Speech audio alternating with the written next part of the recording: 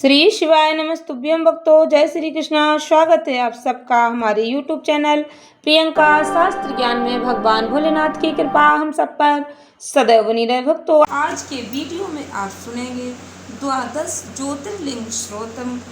द्वादश ज्योतिर्लिंग श्रोतम का पाठ श्रवण करने से द्वादश ज्योतिर्लिंग के दर्शन का फल प्राप्त होता है।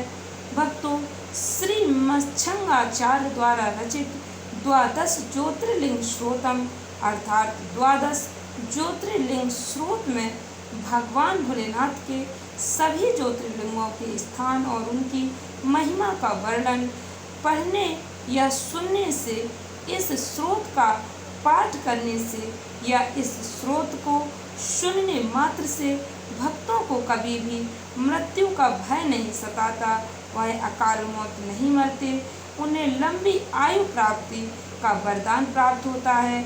वह लंबी आयु प्राप्त करके सभी तरह के सुखों को भोगते हैं। यह एक प्रामाणिक और चमत्कारिक स्रोत है।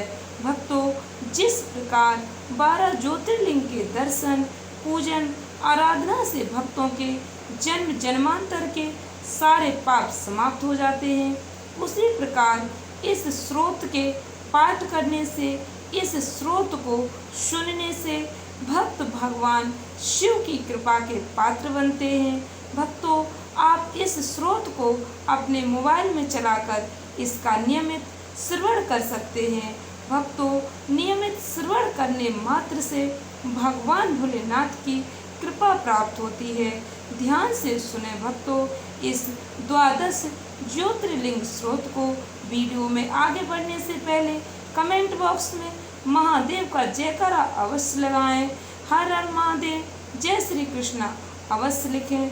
ध्यान से सुने भक्तों, द्वादश ज्योतिर्लिंग श्रोतम। सौराष्ट्र देशे विशदे अतिरम्ये ज्योतिर्मयं चंद्रकलावतंसं भक्ति प्रदानाय कृपावर्तीणं तं सोमनाथं शरणं प्रपद्ये। श्रीशैलशृंगे विबुधातिसंगे तुलाद्रितुंगे अपि मुदा वसन्तं तमर्जुनं मलिकपूर्वमेकं नमामि संसार समुद्रसेतुम् अवन्तिकायां विहितावतारं मुक्तिप्रदानाय च सज्जनानाम् अकाले मृत्यो परिरक्षणार्थं वन्दे महाकाल महासुरेशं। वंदे महाकाल महासुरेशम। जो अपनी भक्ति प्रदान करने के लिए अत्यंत रमणीक तथा निर्मल सौराष्ट्र प्रदेश काठियावाड़ में दयापूर्वक अवतरित हुए हैं।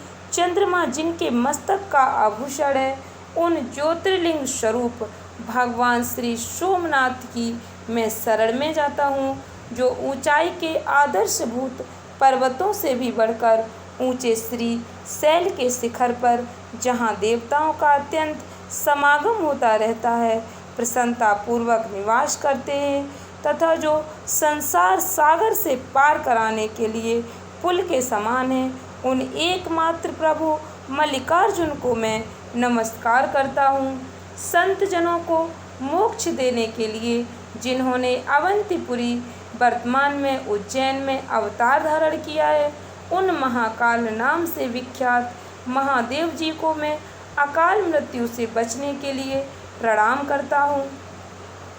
कावेरिका नर्मदयो पवित्रे समागमे सज्जनतारणाय सदैव मान्धाता त्रिपुरे वसन्त मोक्षातिकारिमीशं शिवे कुमीडे पूर्वोत्तरे प्रज्वलिका निधाने सदा वसन्तं गिरिजासमेतं सुरासुराराधिपादिपदं श्रीवैद्यनाथं तमं नमामि।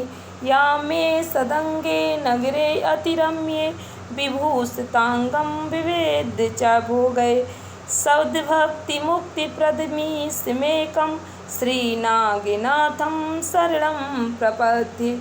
महाद्रिपार्श्वे च तटे रमन्तं संपूज्यमानं संततं मुनीन्द्रे।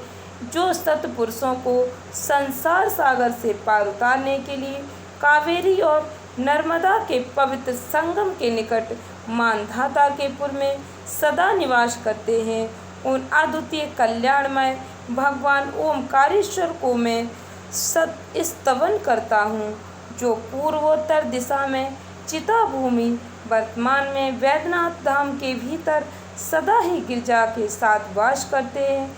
देवता और असुर जिनके चरण कमलों की आराधना करते हैं, उन श्री वैद्यनाथ को मैं प्रणाम करता हूँ, जो दक्षिण के अत्यंत रमणीय सदंग नगर में विविध भोगों से संपन्न होकर आभूषणों से भूषित हो रहे हैं, जो एकमात्र सद्भक्ति और मुक्ति को देने वाले हैं। उन प्रभु श्री नागनाथ जी की मैं शरण में जाता हूँ या मैं शरण में जाती हूँ। सुरासुरे मच्छे मोर गाध्ये केदारिमी शिवमेक मीडे सहाद्रि शीर्षे विमले वसंतम गोदावरी तीर पवित्र देशे यद्य दर्शनात् पातक मासुनासम प्रयाति तं त्र्यंबकमसि मीडे सुतां विपणि जलराशि योगे निवद्य सेतुं विशिखेर संख्ये श्रीरामचन्द्रेण समर्पितं तं रामेश्वराख्यं नियतं नमामि। सुरासुरे अक्षिमहोर्गाध्ये केदारिमीशं शिवमेकमीडे सहार्दि शीर्षे विमले वसंतं गोदावरी तीर पवित्र देशे यद्य दर्शनात् पातकमासुनासं प्रयाति तं त्र्यंबकमीशमीडे सुताताम्रपर्णी जलराशि योगे निवद्य सेतुं विशिखेर संख्ये श्रीरामचन्द्रेण समर्पितं तं रामेश्वराख्यं नियतं नमामि। यं डाकिनीशाकिनीनिकासी समाजे निसेव्यमाणं पिशतासिनैश्च सदैव भीमादिपदप्रसिद्धं तं शंकरं भक्तिहितं नमामि। जो महागिरी हिमालय के पास केदार श्रृंग के तट पर सदा निवास करते हैं, मुनीश्वरों द्वारा पूजित होते हैं तथा देवता, असुर, यक्ष और महान सर्प आदि भी जिनकी पूजा करते हैं, उन एक कल्याणकारक भगवान केदारनाथ का मैं स्तवन करता हूँ या करती हूँ, जो गोदावरी तट के पवित्र देश में सहर पर्वत के विमल शिखर पर वास करते हैं, जिनके दर्शन से तुरंत ही सभी पातक नष्ट हो जाते हैं। उन श्री त्र्यंबकेश्वर का मैं स्तवन करता हूँ या करती हूँ, जो भगवान श्री रामचंद्र जी के द्वारा ताम्रपर्णी और सागर के संगम में अनेक बाणों द्वारा पुल बांधकर स्थापित किए गए उन श्री रामेश्वर को मैं नियम से प्रणाम करती हूँ, जो डाकिनी और शाकिनी वृंद में प्रेतों द्वारा सदैव सेवित होते हैं। उन भक्ति हितकारी भगवान भीम शंकर को मैं प्रणाम करती हूँ। सानंद वने बसंतमानंद कंदम हत पापे वृंदम वाराणसी नाथम नाथम श्री विश्वनाथम शरणं प्रपद्ये श्री विश्वनाथम शरणं प्रपद्ये। इलापुरे रम्य विशालके यस्मिन् समुल्ल संतं च जगद्देरं वन्दे महोदारतरस्य भावं घृष्णेश्वराख्यं शरणं प्रपद्ये। ज्योतिर्मय द्वादशलिङ्गिकानां शिवात्मानं प्रोक्तमिदं क्रमेण श्रोतं पठित्वा मनजोऽतिभक्त्या फलं तदालोक्य निजं भजेच्च। जो स्वयं आनंद कंद हैं और आनंद पूर्वक आनंदवन काशी क्षेत्र में वास करते हैं, जो पाप समूह के नाश करने वाले उन अनाथों के नाथ काशीपति श्री विश्वनाथ की शरण में जाती हूँ, जो इलापुर के सुरम्य मंदिर में विराजमान होकर समस्त जगत के आराधनीय हो रहे, जिनका स्वभाव बड़ा ही उदार है, उन घृष्णेश्वर नामक ज्योतिर्मय भगवान शिव की शरण में जाती हूँ। यदि 12 ज्योतिर्लिंग के भव्य दर्शन की महिमा, भक्तों इन 12 ज्योतिर्लिंगों के नाम स्मरण करने मात्र से व्यक्ति के 7 जन्मों के पापों का नाम नाश हो जाता है। भगवान भोलेनाथ परात्पर पर ब्रह्म हैं। इनका देव स्वरूप सभी के लिए वंदनीय है। शिव महापुराण के अनुसार सभी प्राणियों के कल्याण के लिए भगवान भोलेनाथ लिंग स्वरूप में विविध तीर्थों में निवास करते हैं। पृथ्वी पर भक्तों इस समय शिवलिंगों की संख्या असंख्य है, परंतु इन सभी शिवलिंगों में 12 ज्योतिर्लिंग की महत्वपूर्ण प्रधानता है। शिव महापुराण में इन ज्योतिर्लिंगों के स्थान निर्देश के साथ साथ यह भी वर्णन मिलता है, जो भक्त इन 12 ज्योतिर्लिंगों के नामों का स्मरण करते हैं, इन नामों को सुनते हैं या इनका जाप करते हैं, उनके 7 जन्मों के पापों का विनाश हो जाता है और इस जन्म में संपूर्ण सुख प्राप्त करते हैं। भक्तों, मैंने इस वीडियो में 12 ज्योतिर्लिंगों की महिमा का वर्णन करने का प्रयास किया है। वीडियो में आगे बढ़ने से पहले कमेंट बॉक्स में महादेव का जयकारा अवश्य लगाएं। कमेंट बॉक्स में पूर्ण श्रद्धा भक्ति के साथ हर हर महादेव, जय श्री कृष्णा अवश्य लिखें। चैनल पर पहली बार विजिट हुए, पहली बार मेरी आवाज़ सुन रहे तो चैनल को सब्सक्राइब करके बेल आइकन अवश्य दबाएं। इससे हमारे वीडियो की नोटिफिकेशन आप तक पहुंचती रहे और आपको नई नई जानकारी मिलती रहे। भक्तों, शिव ही सत्य है, शिव ही सुंदर, सारी सृष्टि शिव के अंदर। शिव ही मोह है, शिव ही माया, जिसने शिव को जपा उसने शिव को पाया। देवादिदेव महादेव की कृपा से भक्तों यह सृष्टि चलायमान है। पूर्ण श्रद्धा भक्ति के साथ सुने 12 ज्योतिर्लिंगों की महिमा। गणेश जी का विवाह सिद्धि और बुद्धि नाम की प्रजापति कन्याओं के साथ हुआ। जब कार्तिकेय जी पृथ्वी की प्रदक्षिणा कर लौटे तो उन्हें संपूर्ण वृत्तांत ज्ञात हुआ। वे अत्यंत क्रोधित होकर क्रौंच पर्वत पर चले गए। शिव जी माता पार्वती ने उनको कई बार बुलाया पर वे नहीं आए। अंत में भगवान भोलेनाथ माता पार्वती उन्हें मनाने के लिए क्रौंच पर्वत पहुँचे, पर उनके आने की सूचना मिलने पर कार्तिकेय जी वहां से भी चले गए। इधर भगवान भोलेनाथ मल्लिकार्जुन रूप में उसी क्रौंच पर्वत पर स्थित हो गए। यहाँ दर्शन मात्र से ही सारी कामनाएं भक्तों की पूर्ण होती हैं। भक्तों, भगवान भोलेनाथ का तीसरा स्वरूप श्री महाकालेश्वर उज्जैन क्षेत्र अवंतिकापुरी। श्री महाकालेश्वर ज्योतिर्लिंग मालवा प्रदेश में शिप्रा नदी के तट पर उज्जैन नामक नगरी में है। इस महाकालेश्वर लिंग की स्थापना भक्तों इसकी पुराणों के अनुसार प्रचलित कथा इस प्रकार है। एक बार उज्जैनी नगरी में राजा चंद्रसेन के द्वारा की जा रही शिवजी की आराधना को देखकर श्रीधर नामक एक 5 वर्षीय गोप बालक बड़ा उत्कंठित हुआ।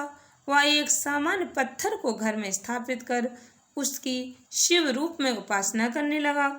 परिवारजनों के द्वारा संतरास दिए जाने पर बालक श्रीधर अत्यंत भावुक होकर भगवान शंकर जी की उपासना में लीन हो गया। उसकी पूजा एवं भक्ति से प्रसन्न होकर भगवान शिव जी स्वयं एक दिव्य ज्योतिर्लिंग रूप में प्रकट हो गए। ऐसा कहा जाता है कि संसार के कल्याण के लिए भगवान भोलेनाथ की वह दिव्य ज्योतिर्लिंग आज भी वहाँ विराजित है और भक्तों के सभी कष्ट दूर करते हैं। श्री ओमकारेश्वर अमलेश्वर भगवान शिव जी का यह परम पवित्र विग्रह मालवा प्रांत में नर्मदा तट नदी के तट पर स्थित है। यही मानधाता पर्वत के ऊपर भगवान भोलेनाथ ओमकारेश्वर रूप में विद्यमान है। शिव महापुराण में श्री ओमकारेश्वर दर्शन का अत्यंत महत्व है। भक्तों, पौराणिक कथा के अनुसार प्रसिद्ध सूर्यवंशी राजा मानधाता ने जिनके पुत्र अम्बरीक और मुचुकुंद दोनों प्रसिद्ध भगवत भक्त हो गए, तो जो स्वयं बड़े तपस्वी और यज्ञों के कर्ता थे। इस स्थान पर घोर तपस्या करके भगवान भोलेनाथ को प्रसन्न किया था। इसी से इस पर्वत का नाम मानधाता पड़ गया। मंदिर में प्रवेश करने के पूर्व डॉन कोठरियों में से होकर जाना पड़ता है। भीतर अंधेरा होने के कारण सदैव दीप प्रज्वलित रहता है। ओमकारेश्वर लिंग भक्तों, यह एक प्राकृतिक रूप में है। इसके चारों ओर सदैव जल भरा रहता है। इस लिंग की एक यह विशेषता भी है कि मंदिर के गुंबज के नीचे नहीं है, शिखर पर भगवान शिव जी की प्रतिमा विराजित है। पर्वत से आवृत यह मंदिर साक्षात ओमकार स्वरूप में ही दिखाई देता है। भक्तों, कार्तिक पूर्णिमा पर यहाँ बड़ा भारी मेला लगता है। श्री केदारनाथ, श्री केदारेश्वर भक्तों, भगवान भोलेनाथ का 5वां स्वरूप भगवान आशुतोष केदारनाथ रूप में उत्तराखंड में पर्वतराज हिमालय के केदार नामक श्रीलिंग में विद्यमान है। शास्त्रों में केदारेश्वर सहित नर नारायण मूर्ति दर्शन का फल प्राप्त होता है। भक्तों, नर नारायण मूर्ति दर्शन से समस्त पापों का विनाश हो जाता है। भक्तों की सभी मनोकामनाएं पूर्ण होती हैं। भक्तों, यहाँ दर्शन करने से भक्तों की मनोकामनाएं अवश्य पूर्ण होती हैं। यह एक अचूक उपाय है। यहाँ की पौराणिक कथा इस प्रकार है। हिमालय के केदार श्रीलिंग पर विष्णु भगवान के अवतार महातपस्वी श्री नर एवं नारायण तपस्या किया करते थे। उनकी आराधना से प्रसन्न होकर भगवान भोलेनाथ प्रकट हुए और उनकी प्रार्थना के अनुसार ज्योतिर्लिंग रूप में सदा वास करने लगे। सदा वास करने का उन्हें वरदान प्रदान किया। सतयुग में उपमन्यु जी ने यहाँ भगवान भोलेनाथ का सानिध्य बताया। इनके दर्शन से दुर्लभ कार्य भी क्षण भर में हो जाते हैं। भक्तों, वर्षों से जो कार्य आपके पूर्ण नहीं हुए, यहाँ दर्शन करने मात्र से आपकी मनोकामना अवश्य पूर्ण होगी। भगवान भोलेनाथ का 6वां ज्योतिर्लिंग श्री भीमशंकर सह्याद्री मुंबई में स्थित। भगवान भीमशंकर मुंबई से पूर्व में भक्तों उत्तर भीमा नदी के तट पर स्थित सह्याद्री पर विराजते हैं। यहाँ से भीमा नदी निकलती है। मूर्ति से थोड़ा थोड़ा जल गिरता रहता। मंदिर के पास 2 कुंड हैं। यहाँ की पौराणिक कथा, जिस समय भगवान भोलेनाथ ने त्रिपुरासुर का वध करके इस स्थान पर विश्राम किया, उस समय अवध का भीमक नामक एक सूर्यवंशीय राजा तपस्या करता था। भगवान शंकर जी ने प्रसन्न होकर उसे दर्शन दिया। तभी से वह दिव्य एवं अलौकिक ज्योतिर्लिंग भीमशंकर के नाम से प्रसिद्ध हो गया। भक्तों, भगवान भोलेनाथ का 7वां ज्योतिर्लिंग श्री विश्वेश्वर काशी, श्री विश्वेश्वर ज्योतिर्लिंग वाराणसी में श्री विश्वनाथ नाम से विराजमान है। भक्तों, इस पवित्र नगरी की बड़ी महिमा है। भगवान भोलेनाथ काशी में विराजमान है। काशी नगरी भगवान भोलेनाथ ने स्वयं बसाई थी। इस नगरी की महिमा अनंत है। यहाँ की पौराणिक कथा कहते हैं, प्रलय काल में इस नगरी का लोप नहीं होता। उस समय भगवान शंकर जी इसे अपने त्रिशूल पर धारण कर लेते हैं और सृष्टि काल में से नीचे उतार देते हैं। धर्म ग्रंथों में भगवान विश्वेश्वर की अपार महिमा गाई है। कहा जाता है, इस मंदिर की स्थापना तथा पुनः स्थापना भगवान भोलेनाथ के अवतार भगवान आदि शंकराचार्य ने स्वयं अपने कर कमलों से की थी। भक्तों, भगवान भोलेनाथ के श्री त्र्यंबकेश्वर स्वरूप नासिक में विराजमान यह ज्योतिर्लिंग मुंबई प्रांत के नासिक जिले में पंचवटी से लगभग 18 मील की दूरी पर है। गोदावरी नदी के उद्गम स्थान के समीप त्र्यंबकेश्वर भगवान की महिमा अनंत है। भक्तों, यहाँ की पौराणिक कथा इस प्रकार है। गौतम ऋषि एवं गोदावरी नदी की प्रार्थना पर भगवान भोलेनाथ ने इस स्थान पर वास करने की कृपा की। वे त्र्यंबकेश्वर नाम से यहाँ विख्यात हुए। मंदिर के अंदर एक छोटे से गड्ढे में 3 छोटे छोटे लिंग हैं, जो ब्रह्मा, विष्णु और शिव जी हैं। इन तीनों देवों के प्रतीक माने जाते हैं। शिव पुराण के अनुसार त्र्यंबकेश्वर का दर्शन एवं पूजन करने वालों को इस लोक में तथा परलोक में सदा आनंद प्राप्त होता है। जिन भक्तों पर काल सर्प दोष होता है, वह जब यहाँ पर आते हैं त्र्यंबकेश्वर में, तो उन्हें काल सर्प दोष से मुक्ति मिल जाती है। श्री वैद्यनाथ स्वरूप। भक्तों, भगवान भोलेनाथ का यह स्वरूप श्री वैद्यनाथेश्वर वैद्यनाथ धाम में विराजते हैं। धर्म ग्रंथों के अनुसार यह वैद्यनाथ ज्योतिर्लिंग महान फलों को देने वाला है। भगवान आशुतोष की यह लिंग मूर्ति 11 अंगुल ऊंची है। आज भी उस पर रावण के अंगूठे का चिन्ह विराजमान है। वैद्यनाथ धाम की पौराणिक कथा इस प्रकार है। इस लिंग की स्थापना के विषय में अत्यंत ही सुंदर कथा आती है। इसके अनुसार एक बार राक्षस राज रावण ने हिमालय पर जाकर भगवान भोलेनाथ की प्रसन्नता के लिए तपस्या की और अपने सिर काट काट कर शिव जी के चरणों में चढ़ाने शुरू कर दिए। एक एक करके 9 सिर चढ़ा दिए और 10वां सिर भी काटने ही वाला था कि शिव जी ने प्रसन्न होकर रावण को 10 सिर दे दिए। भगवान शिव जी ने वरदान मांगने को कहा। रावण ने उस दिव्य लिंग को लंका ले जाकर स्थापित करने की आज्ञा मांगी। शिव जी ने आज्ञा दी और कहा, यदि मार्ग में से कहीं रख दिया तो यह वहीं स्थापित हो जाएगा। रावण शिवलिंग लेकर चला, पर मार्ग में लघु शंकर निवृत्ति की आवश्यकता हुई। वह उस लिंग को एक गोप कुमार के हाथ में देकर लघु शंकर निवृत्ति के लिए चला गया। इधर गोप कुमार ने उसे बहुत अधिक भारी अनुभव कर भूमि पर रख दिया। बस फिर क्या था, लौटने पर रावण पूरी शक्ति लगाकर भी उसे उठा न सका और निराश होकर मूर्ति पर अपना अंगूठा गड़ाकर लंका चला गया। इधर ब्रह्मा, विष्णु आदि देवताओं ने आकर उस शिवलिंग की दिव्य पूजा की। तभी से भगवान शिव जी वैद्यनाथ में रावणेश्वर रूप में स्थित हैं। भक्तों, श्री नागेश्वर द्वारकानाथ श्री नागेश्वर ज्योतिर्लिंग भगवान का यह स्थान गोमती द्वारका से भक्तों 12-13 मील पूर्वोत्तर के मार्ग में है।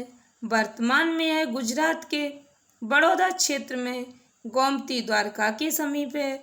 शिव महापुराण में कहा गया कि जो आदर पूर्वक इसकी उत्पत्ति और महात्म को सुनेगा, वह समस्त पापों से मुक्त होकर समस्त ऐहिक सुखों को भोगता हुआ अंत में परम पद को प्राप्त करेगा। भक्तों, श्री नागेश्वर की महिमा का वर्णन जो भक्त पूर्ण श्रद्धा भक्ति के साथ श्रवण करते हैं, वह समस्त पापों से मुक्त होकर इस लोक के सुख भोग कर अंत में परम पद को प्राप्त करते हैं। यहाँ की पौराणिक कथा इस प्रकार है। एक सुप्रिय नामक वैश्य था, जो बड़ा सदाचारी, धर्मात्मा एवं भगवान भोलेनाथ का अनन्य भक्त था। एक बार जब वह नौका पर सवार होकर कहीं जा रहा था, अकस्मात दारुक नामक एक राक्षस ने आकर उस नौका पर आक्रमण कर दिया। वह नाव में बैठे सभी यात्रियों को अपनी पुरी ले गया। उसने सबको कारागार में बंद कर दिया, पर सुप्रिया की शिव अर्चना वहाँ भी बंद नहीं हुई। वह तन्मय होकर शिव आराधना करता और अन्य साथियों में भी शिव भक्ति जागृत करता रहा। संयोग इसकी सूचना दारू के कानों तक पहुंची और वह उस स्थान पर आधमका। सुप्रिया को ध्यान में देखकर, अरे वैसे तू आंख बंद करके कौन सा षड्यंत्र रच रहा? पर सुप्रिया पर कोई असर नहीं हुआ, तो उसने सैनिकों को हत्या करने का आदेश दिया। परंतु सुप्रिया विचलित नहीं हुआ। वह भगवान शिव जी का ध्यान करने लगा। भगवान शिव जी ने ज्योतिर्लिंग रूप में दर्शन देकर अपना शस्त्र दिया। उसने उस राक्षस का वध किया और शिवलोक में परम स्थान प्राप्त किया। भगवान भोलेनाथ के आदेश अनुसार उस ज्योतिर्लिंग का नाम नागेश पड़ा। भक्तों, इस ज्योतिर्लिंग के दर्शन का महत्व अलौकिक है। भक्तों, श्री रामेश्वरम सेतुबंध भगवान भोलेनाथ का यह 11वां ज्योतिर्लिंग रामेश्वरम तमिलनाडु के रामनाथ जनपद में स्थित है। यहाँ समुद्र के किनारे भगवान श्री रामेश्वरम का विशाल मंदिर है। मर्यादा पुरुषोत्तम भगवान श्री राम के कर कमलों से इसकी स्थापना हुई। भक्तों, यहाँ की पौराणिक कथा इस प्रकार है। लंका पर चढ़ाई करने के लिए जाते समय जब भगवान श्री राम उन्हें समुद्र तट पर बालू के शिवलिंग बनाकर उनकी पूजा अर्चना की और रावण पर विजय प्राप्ति का आशीर्वाद मांगा, तो भगवान भोलेनाथ ने प्रभु श्री राम को रावण पर विजय का आशीर्वाद प्रदान किया। उन्होंने पृथ्वीवासियों के हित के लिए ज्योतिर्लिंग रूप में सदा के लिए वहीं वास करने की भगवान श्री राम की प्रार्थना स्वीकार कर ली। भक्तों, श्री घुश्मेश्वर ज्योतिर्लिंग देवगिरी श्री घुश्मेश्वर ज्योतिर्लिंग अत्यंत प्राचीन है। इनकी महिमा अनंत है। भक्तों, यह ज्योतिर्लिंग महाराष्ट्र प्रांत में दौलताबाद स्टेशन से दूर बैरूल गांव के पास है। भक्तों, यहाँ की पौराणिक कथा दक्षिण देश में देवगिरी पर्वत के निकट सुधर्मा नामक एक ब्राह्मण रहता था। उसकी पत्नी सुदेहा अत्यंत धार्मिक एवं पतिव्रता थी। उनके कोई संतान नहीं थी। सुधर्मा ने ज्योतिषियों के कहे अनुसार सुदेहा की छोटी बहन से विवाह कर लिया। इसमें सुदेहा की भी सहमति थी। घुष्मा अत्यंत शिवभक्त थी। वह नित्य 108 पार्थिव शिवलिंग बनाकर उनका पूजन करती थी। भगवान भोलेनाथ की कृपा से घुष्मा को एक पुत्र की प्राप्ति हुई। सर्वत्र आनंद मंगल छा गया। इधर सुदेहा के मन में अपनी बहन व उसके पुत्र से ईर्ष्या की भावना होने लगी। ईर्ष्या इतनी बढ़ गई कि घुष्मा के पुत्र की हत्या के शव को ले जाकर उस सरोवर में डाल दिया उसने, जिसमें घुष्मा जाकर पार्थिव शिवलिंग को छोड़ती थी। जब प्रातःकाल घुष्मा पार्थिव पूजा समाप्त कर शिवलिंग के विसर्जन के लिए उस सरोवर में गई, तो भगवान भोलेनाथ की कृपा से उसका पुत्र जीवित होकर सरोवर से निकल आया। पर घुष्मा पूजा में ही लगी रही। उसको उसके पुत्र के जीवित लौटने की ना तो खुशी हुई और ना ही दुख। उसकी तन्मयता को देखकर भगवान आशुतोष वहीं प्रकट हो गए और घुष्मा को वर मांगने को कहा। तब घुष्मा ने निवेदन किया, प्रभु आप सदैव इस स्थान पर निवास करें, इससे संपूर्ण संसार का कल्याण होगा। भगवान भोलेनाथ ने एव अस्तु कहकर दिव्य ज्योतिर्लिंग के रूप में वहाँ वास करने लगे और घुश्मेश्वर नाम से प्रसिद्ध हुए। उस सरोवर का नाम भी शिवालय तब से शिवालय हो गया। शिव महापुराण के ज्ञान खंड के अनुसार घुश्मेश्वर महादेव के दर्शन से सब पाप दूर हो जाते हैं और सुख समृद्धि की प्राप्ति होती है। जिस प्रकार शुक्ल पक्ष में चंद्रमा की वृद्धि होती है, उसी प्रकार भक्तों के सुख की वृद्धि होती है। इन 12 ज्योतिर्लिंग के नित्य दर्शन करने से असंभव कार्य भी बिना विघ्न के सिद्ध हो जाते हैं। भक्तों की सभी मनोकामनाएं पूर्ण होती हैं। आप इन 12 ज्योतिर्लिंग के दर्शन नहीं कर पाते, मंत्र स्मरण नहीं कर पाते, तो आप इन्हें अपने मोबाइल में चलाकर इनकी महिमा को अवश्य श्रवण करें। भक्तों, महिमा श्रवण करने का भी पुण्य फल प्राप्त होता है। इस वीडियो को अधिक से अधिक भक्तों को शेयर अवश्य करें, जिससे हमारी जानकारी अधिक से अधिक से भक्तों तक पहुंच सके और अधिक से अधिक भक्तों को इसका लाभ प्राप्त हो सके।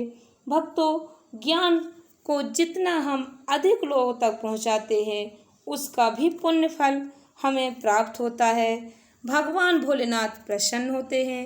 आशा करती हूँ वीडियो अच्छी लगी होगी, उपयोगी लगी हो तो वीडियो को लाइक शेयर अवश्य करें, चैनल को सब्सक्राइब करें।